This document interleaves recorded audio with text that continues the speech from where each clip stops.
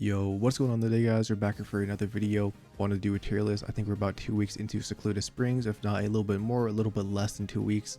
And I actually think this meta is pretty cool. I don't think obviously it's better than last set. I think last set was peak pocket. However, I actually don't mind this set. I actually think it's still cool. Obviously less diverse, but it's still very interesting. So yeah, we basically have like every single meta deck. If there's a deck that's like meta and we get Super and I don't see it on here, I'll add it in at the end. And basically for the tier list, we have top tier, high tier, mid tier slash like anti-meta-ish, low tier, rogue, which are these options you might see like pop up like once or twice in like a tournament or like one person playing them, you know, making top cut.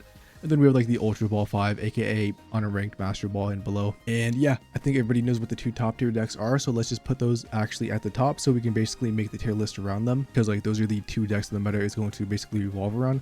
And I think everybody knows it, bro. It's going to be suicune Greninja. Suicune Greninja, bro, is just extremely strong. You know, having Irida, Suicune Draw Power, Greninja, Cyrus, and Giratina is basically just a better Sylveon Greninja. For people who played in Eevee's Grove, you know how dominant that deck was. And yeah, like the deck just has so many ways to play. Like you have the Giratina lines where you can go in the Suicunes. Like you're basically kind of like forces your opponent not to play stuff down. Mirror Match takes skill, bro. It's like one of those like skill expressive decks that we rarely have in Pokemon Pocket. Kind of like joining the lines with like stuff like Guzzlord when you're actually playing, you know, like Naganadel. Not the 17 trainer one, although it still probably takes a little bit of skill. You know, you gotta get those coin flips and stuff like, you know, Buzzwole, Darkina, etc. So yeah, Suicune's just the best deck. I mean, it's the deck most played in ladders. It's the deck most played in every single tournament. It has like the best meta share on Limitless. And I think everybody knows basically what Suicune Greninja is. And I think everybody also knows what the second best deck is going to be.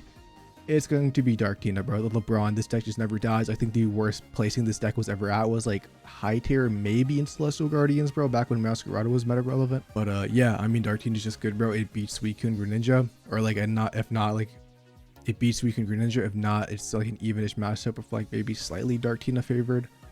And it's just consistent, bro. There's like no real deck in the meta that straight up beats it, like, because like Buzzwole is not meta relevant because of Suicune.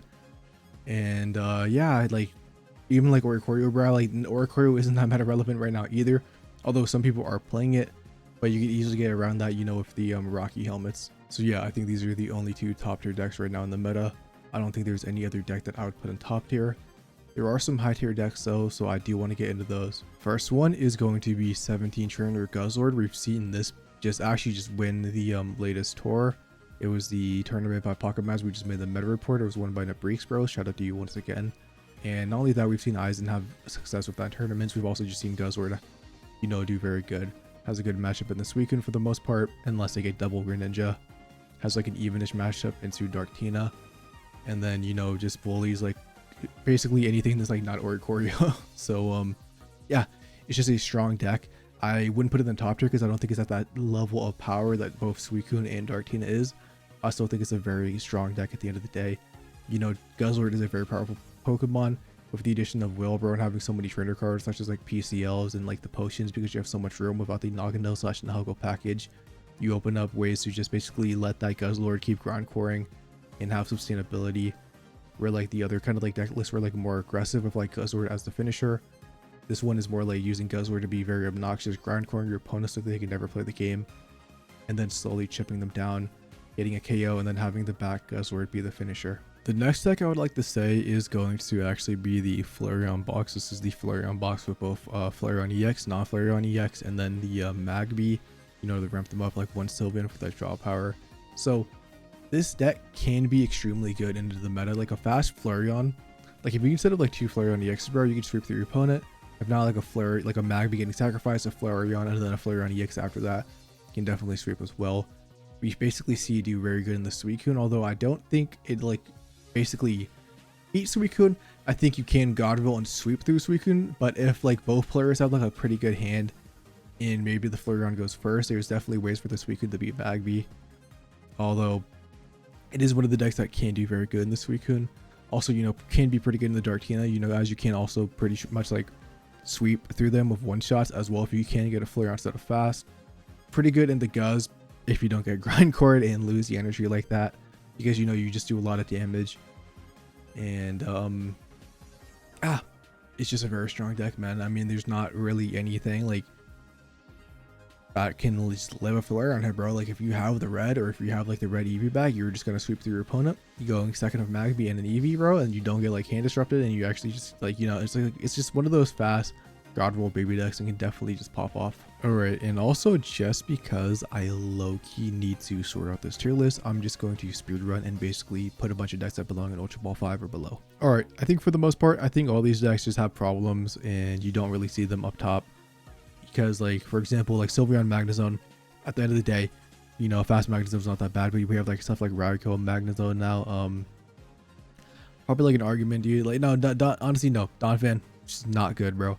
Had a little bit of time at, you know, as like a low tier deck last season. I just don't think it's good. Doesn't really do anything in this suicune, and doesn't really do anything in most of the meta decks, to be honest. Actually, let me add like Ultra Ball 5 or Slash just doesn't exist. No one's just really playing these other Guzzlord variants, so I'm gonna put them there, even though I don't think they're that bad at the end of the day. You know, if you do draw good. And all right, we have some rogue decks too, so let's just go into the rogue just to clear out some more space. So I think Poliwrath, bro. Poliwrath has done good in a couple of tournaments. It is a card kind of like similar to like Dragonite, except Dragonite guarantees one shots, where Poliwrath, you know, doesn't have that high of damage. You know, it is capped at that 140, but Poliwrath can sweep through your opponent's deck if you can't get a fast one set up, especially if you combo it with something like a red to that 160 damage that is going to one shot most Pokemon.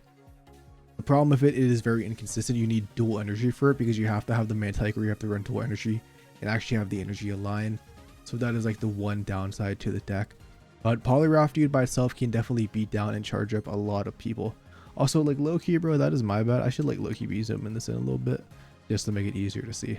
Next up for rogue, bro, we've actually been seeing Umbreon pop off a little bit in tournaments. It's like the Umbreon, or like the 4 Umbreon with the Darkrai. And I know some people might put it in low tier, bro. Low-key, rogue and like low tier might be the same thing at the end of the day.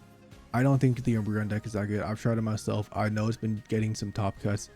It just doesn't feel like a good deck. I think it's a rogue deck because it can do good into some of the meta options, especially when they like, it can take advantage of like a suicune or a Giratina player bricking. However, besides that, I just don't feel like at the end of the day it's that strong. I think the reason I think I would think highly of Umbreon way more if it only had a 1 retreat cost in both the Umbreon versions, but I think the fact that both of them are 2 retreat costs is like the killer to make that deck not like super strong where like it potentially could have been. I'm gonna also put Gyarados in this category because I feel like we've been seeing Gyarados, whether this be Gyarados EX played along with the non-EX Gyarados, you know, giving you 2 different options. Gyarados theoretically, you know, doing 150 damage, or not 150 but 140 plus red, can't sweep through Suicune, bro. The problem is getting the Gyarados set up, so you either have to rely on a good mana fee, a good Mantike going second, or some Misty flips. And if you can get the Gyarados set up, or I do think the Gyarados can sweep through most things in the meta.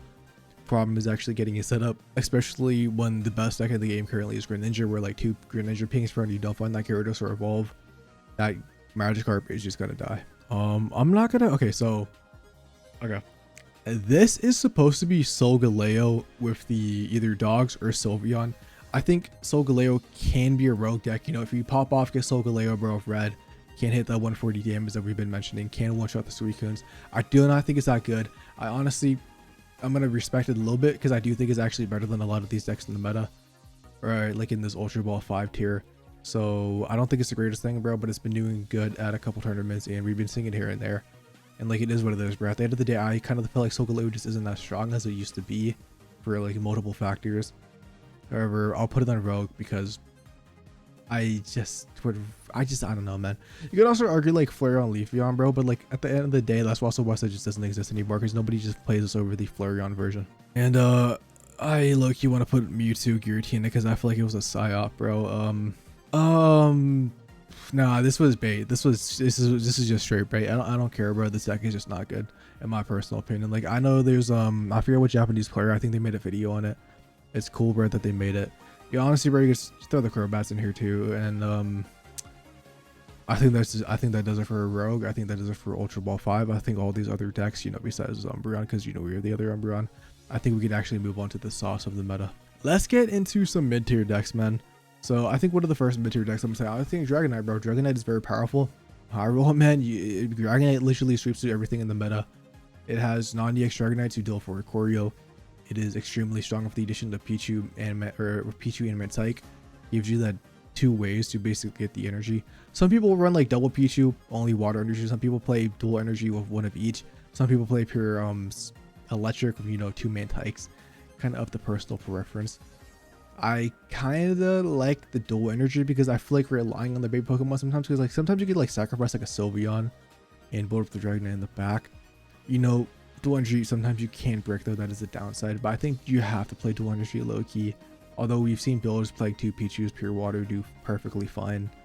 Yeah, I think the reason it's not high tier because like theoretically if you could consistently get Dragonite every single game, Dragonite would be a top tier. The problem is consistency, bro. So we have to put Dragonite in mid tier because it doesn't really have the consistency of these decks. Where like Flareon is like kind of inconsistent because it's also a baby deck, but at least it has energy generation. Plus you're playing 4 EVs, find a friend, and at least 1 Sylveon.